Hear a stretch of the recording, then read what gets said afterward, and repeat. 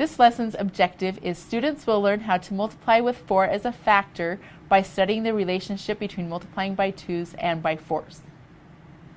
First, let's look at the multiples of 2 and 4 on a multiplication chart and see if we notice any patterns. Here are the multiples of 2. Here are the multiples of 4. We notice that all the numbers are even. Multiples of 4 are multiples of every other 2, or all multiples of 4 are multiples of 2. When we list the multiples in order, the multiples of 4 are double that of the multiples of 2. Double 2 is 4. Double 4 equals 8. Double 6 equals 12, and so on. Understanding this part of the relationship between 2 and 4 is useful knowledge. If they know their 2 multiplication facts, they can use those to help them figure out their 4 multiplication facts.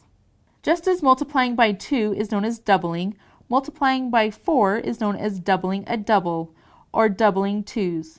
This is a useful strategy to help students figure out multiples of 4. Let's illustrate this strategy using the problem 4 times 6.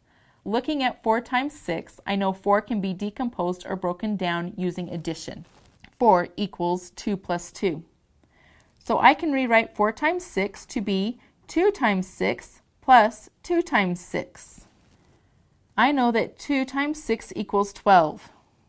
So I need to double 12 to get to my product. 12 doubled equals 24. I can now justify or explain my answer by creating an array of 4 times 6.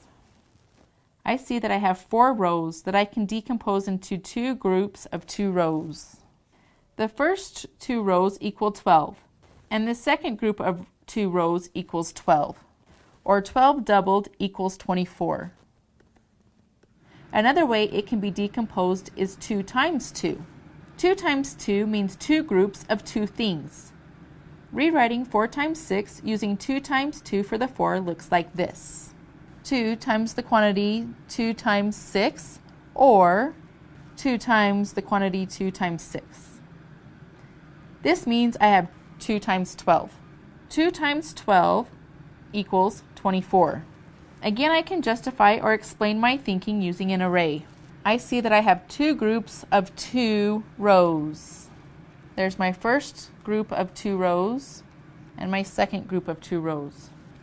I see I have 2 groups of 2 times 6, or 2 times 12 equals 24, helping me to figure out 4 times 6 equals 24. Let's look at 4 times 8 without creating an array. What do we know? First, I see there is a factor of 4. I think of 4 as double 2's, which can be represented as 2 plus 2 or 2 times 2. So if I decided to use 2 plus 2, I am thinking of 2 times 8 plus 2 times 8, or 16 doubled. 16 doubled equals 32. Next, if I decided to use 2 times 2 for 4, I am thinking 2 times the quantity 2 times 8, or 16 doubled, which equals 32. 4 times 8 equals 32. I am writing out what I am thinking. You should become proficient enough at decomposing and doubling that you can do it mentally without needing to write anything down. In this lesson, we recognized patterns between multiples of 2 and 4 and also used this relationship as a strategy to multiply with 4 as a factor.